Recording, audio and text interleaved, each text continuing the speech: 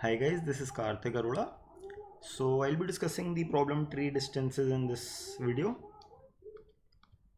The problem statement says that we are given with a tree having n nodes, and for every node you would like to find what is the distance from this node to the farthest node from this node in the tree. Alright, so I'll just show you an example and it will be more clear.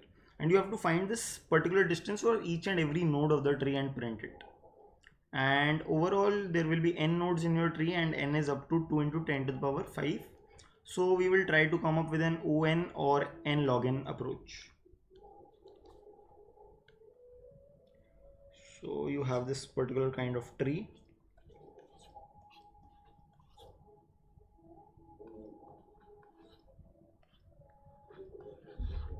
So here for node number 1, the farthest node is either 4 or 5, and let's assume it to be 4, and your distance from 1 to 4 will be 2. For node number 2, the furthest node is either 4 or 5 and the distance will be 3, right? Similarly for node number 3, the furthest node is going to be node number 2 and the distance from 3 to 2 is 2. For node number 4, again the farthest node is node number 2, the distance from 4 to 2 is 3. Similarly for 5 also the distance is 3.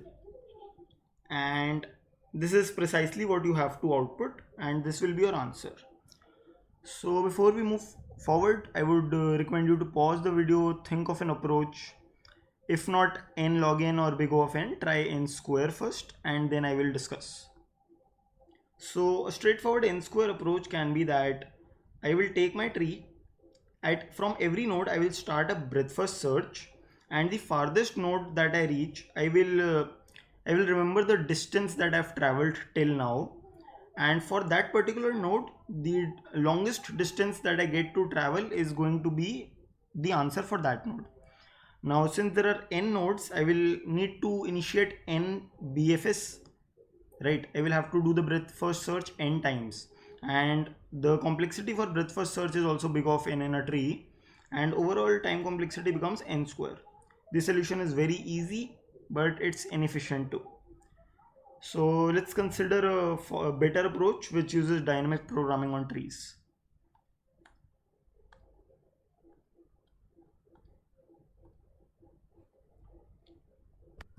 So whenever we are trying to solve a problem using DP on trees approach, it is always advisable to try and root the tree at some arbitrary node, right? So I will assume that my tree is rooted at node number 1. Now this node number 1 will have some child nodes C1, C2, and let's take three children for node number 1. There are C1, C2 and C3. Similarly C1 will have some nodes, child nodes, and so on like that.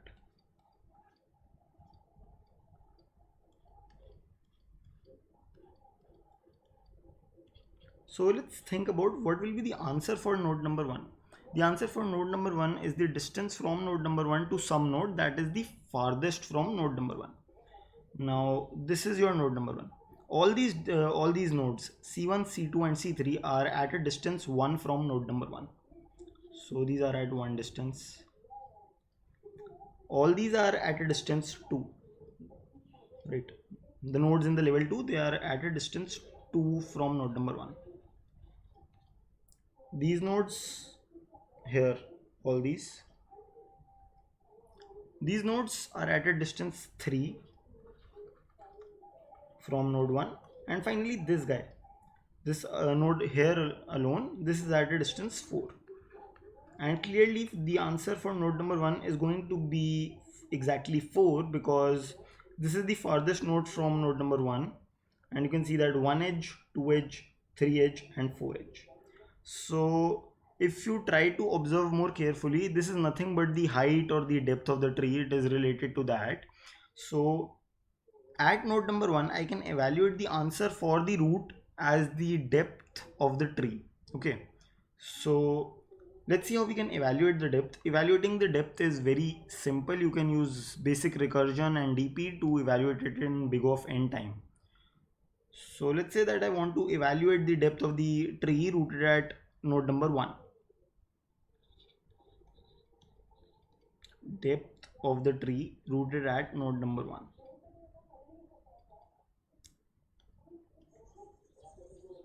And this depth is going to be my answer for node number 1 because this is the root of the tree. And we can clearly see this will be the answer for this particular root. For other nodes we'll have to think again, but at least let's consider the depth thing now. So depth for 1 is going to be, so I can take an edge and go to one of the child nodes of node number 1, be it C1, be it C2, be it C3. Now once I've reached C1, I would like to know what is the depth of subtree rooted at C1. In this example it is 1, 2 and 3. For C2 the depth is 1, 2, just a second, sorry. For C2, yeah. So for C2 it is 1 and 2. For C3 it is only 1. And obviously I would like to go to that child node so that after that I will be able to maximize my overall depth, right? My depth is going to be the maximum 1 plus the maximum of depth of C1, depth of C2 and depth of C3.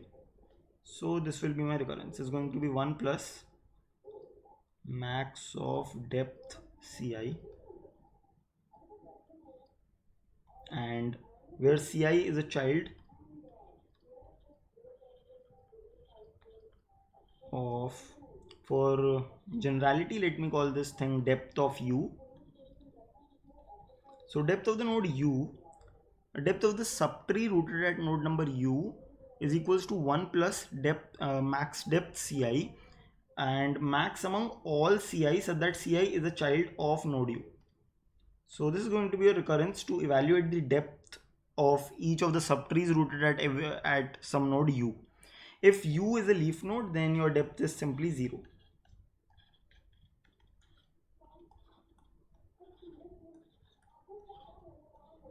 And why is that so? Because you are sitting at some node U and you want to find the depth of the subtree rooted at node number U.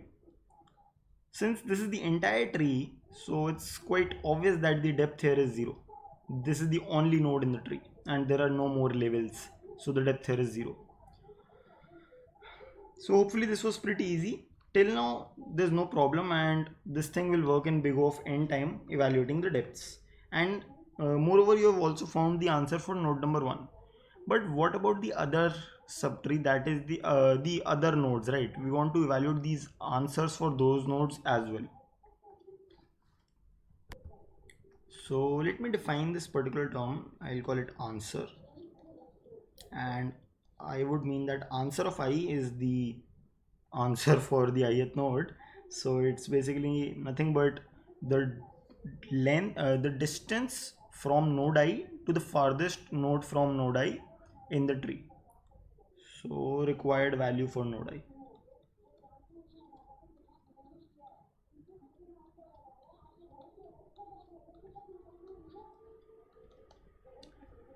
Since I've rooted my entire tree at node number 1, so it's clear that answer for node number 1 is nothing but depth of node number 1, or the depth of the subtree rooted at node number 1. This thing is clear. Now let's try how we can evaluate efficiently the answers of other nodes other than node number 1. So consider this kind of tree. Let me call this some node U, and let's call this guy the parent of node U. Node U has a few number of children or child nodes, C1, C2 and CK. I would like to evaluate what is the answer of node U, and I am assuming that I've already evaluated the answer for node P.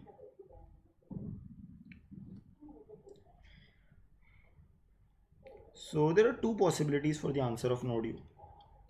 Either the farthest node from node U belongs to the subtree rooted at node U only.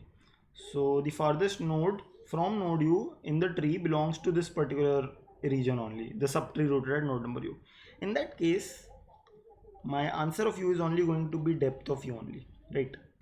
Because my node is in this area only, so depth of U is the farthest node from U in this subtree.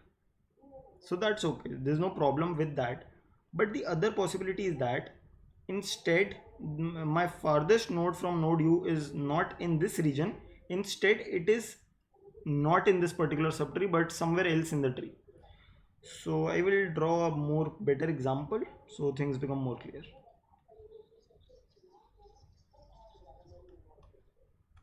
So hopefully it's clear till here that one of the possible options is depth of view.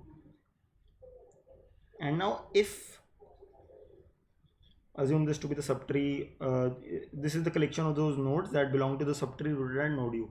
I'm assuming that the farthest node does not belong to any of these nodes.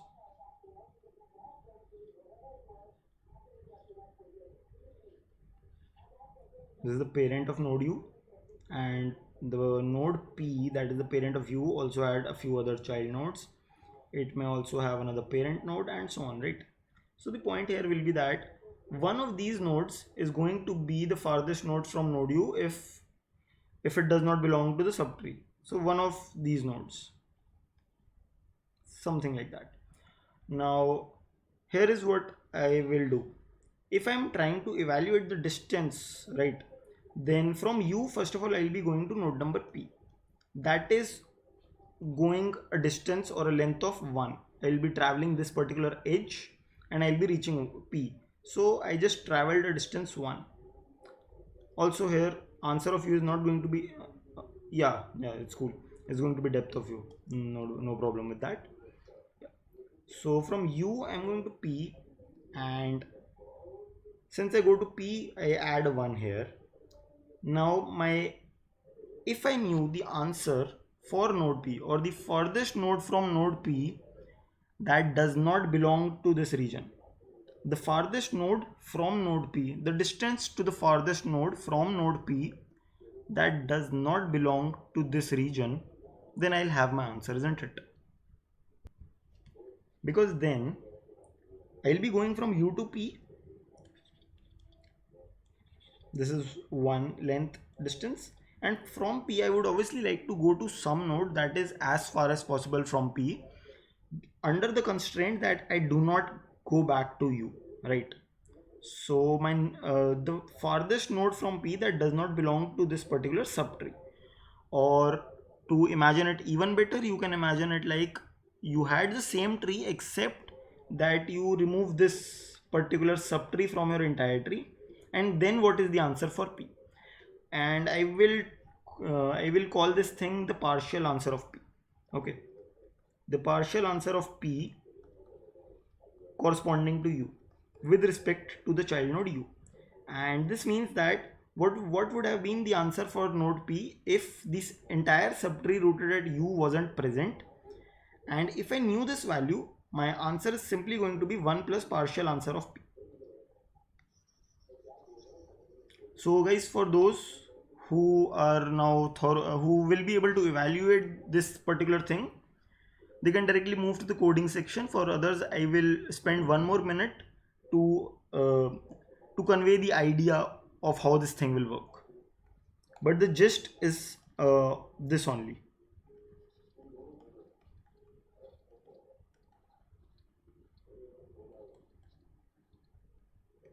Among these two, I'll be selecting the larger, and that is going to be my answer for node u.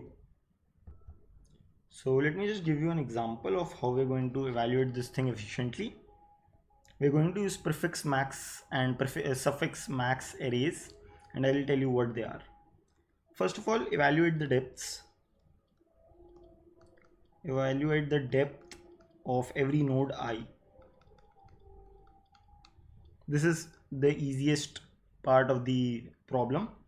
Once you have evaluated the depth of every node, second will be that you evaluate the answers. And assuming that you have rooted the tree at node number 1, the answer for 1 is simply depth of 1. This is okay. Now how do I propagate the partial answers downwards?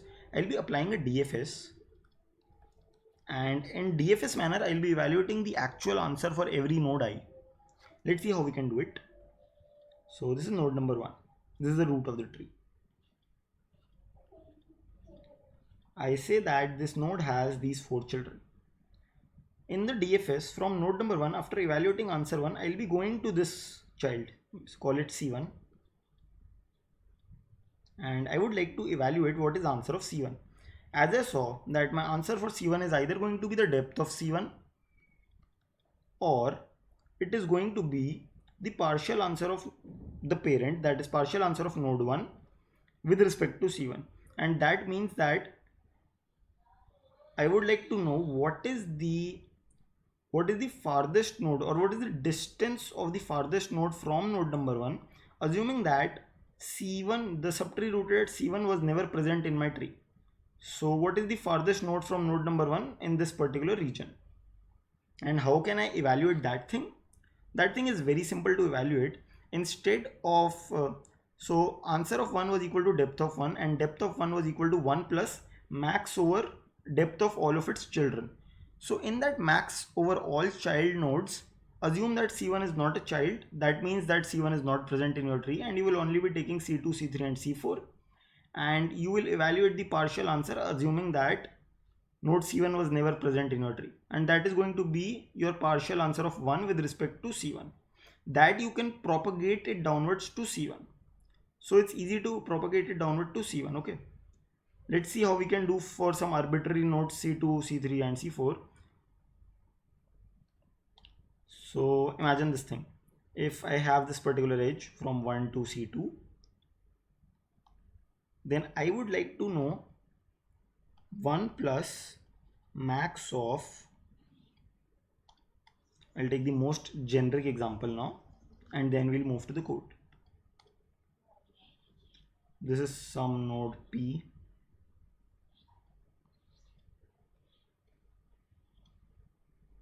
Let me call this G, the grandparent. Let's call this C1, C2, Ci, Ck. So node number P has these k child nodes. I already know the answer at G. So it could be that I knew G was 1 or something. So I already know the answer for G. I know ANS G. I have passed on the partial answer for G to P. Okay. So P knows what is the answer for G if this particular subtree was never present. P knows that answer. Okay. Now to evaluate the answer for Ci, answer for P is very easy to evaluate if I knew this thing. And now to evaluate the answer of Ci, I would like to pass on the partial answer of P with respect to Ci. Let's see how I am going to do that. So the partial answer of P with respect to Ci is going to be, from P either you can go, so the partial answer basically means here that evaluate the answer assuming that this particular subtree was never there, then what is the farthest node from P, right? What is the distance from P to the farthest node, assuming that this particular subtree was never present in your tree. So to evaluate this thing, what you can do is, it is either going to be that from P you will go to G, so 1 plus the partial answer of G with respect to P, or from P you can go to C1, so it's going to be 1 plus depth of C1. From P you could go to C2 or till Ci minus 1. So whichever you choose to go to, it is going to be 1 plus depth of that child. You cannot go to Ci, of course, because you are assuming that Ci is not present at all. You can go to Ci plus 1 or so until you can go to Ck also. So the partial answer I'm going to write here. The partial answer of P with respect to Ci is going to be 1 plus, among these first I minus 1 children of P, I'll be choosing the maximum. So I'll call it max prefix, let me call this thing I minus 1. So max prefix is something that, what is the depth of C1, what is the depth of C2, max prefix I minus 1 would mean max, I'll just write that down also. So by max prefix, I mean that I'll call it prefix max. Yeah. So by prefix max, I mean prefix max at I minus 1. I would mean that max of depth C1 comma depth C2, comma so on till depth Ci minus 1. And among these, whichever is the maximum is going to be prefix max at I minus 1. And similarly, I will be defining suffix max at I plus 1. That would mean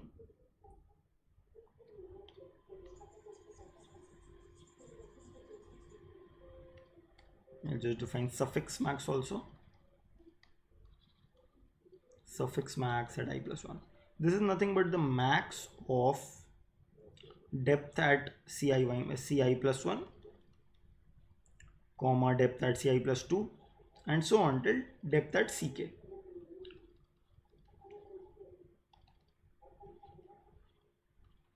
So sorry about the bad handwriting here, but hopefully it's understandable. Otherwise you can ask me in the comments anything that you didn't understand. So from P I'm going to go to either one of the best prefix node or one of the best suffix node, or back to the parent, and from there I'll be using the partial answer of G with respect to P. So overall my partial answer becomes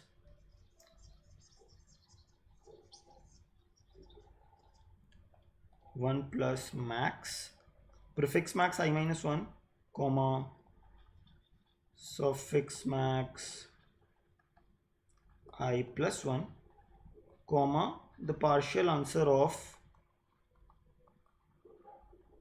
G with respect to P.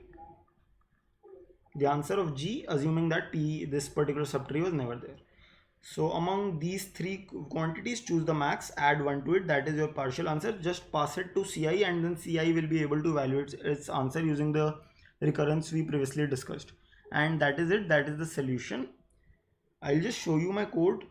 I'm sorry about this getting a little messy here, the handwriting, but with the code it will be more clear.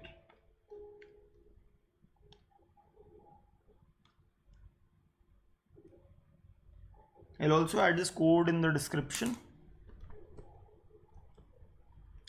Yeah, first of all, I have evaluated the depths, and depth at I would mean the depth of the subtree rooted at node number I. Then this particular array answer is going to be my final required values for every node. So answer at I is the required value for the ith node. These quantities are the prefix max and the suffix max are the same as described. In this solve function, here is what I'm doing. I'll first get the depth of every child node for this particular node P that I'm this particular node SRC that I'm currently at. PAR represents who is the parent node for SRC. Parent answer represents the partial answer of PAR with respect to SRC. Knowing these information, I'll be able to evaluate the answer for SRC. Knowing the depth of every child of SRC and the partial answer of the parent. So that's all right, but to further pass on the partial answer of SRC to its children, I will need these prefix and suffix arrays. So I first of all evaluated the depth of every child from C1 till Ck, assuming that there are k children for SRC. Then I build these prefix and suffix arrays as discussed. Prefix at I equal to the max of the C1, C2, so on till Ck. Depth of C1, depth of C2, so on till depth of Ci. Max among all these depths is going to be your prefix max. Same way suffix max is evaluated as discussed. Now I am assuming that I am going to pass on the answer for child number 0, then child number 1, and so on till child number k minus 1. So when I'm evaluating these answers, this is the value for prefix max. This is the first option, the prefix max option, the suffix max option, and the parent partial answer option. Okay, so from SRC I could either go to the parent, or I could go to some prefix nodes, or I could go to some suffix nodes to evaluate the partial answer of SRC with respect to C number node, right?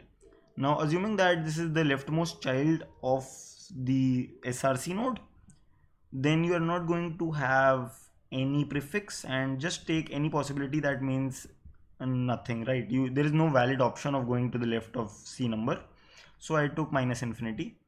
Otherwise I will take prefix max C number minus 1. In this case I will take suffix max C number plus 1. Finally my partial answer for SRC becomes 1 plus maximum of either you go from SRC to the parent or to the prefix or suffix. So among these three options, choose the maximum. And finally, call solve for the child and pass the partial answer for this node SRC to the child node. So that's it. Finally, I've evaluated the answer for SRC here. This is nothing but 1 plus, either from here you can go to the parent, node and use its partial answer with respect to SRC, or the answer is going to be the depth of SRC. So instead of using depth, I have simply selected the maximum depth among all the children of SRC and added 1 to it. And that's it. This will get you an accepted verdict. So guys, hopefully this was helpful. If you liked the content, please do like, share and subscribe.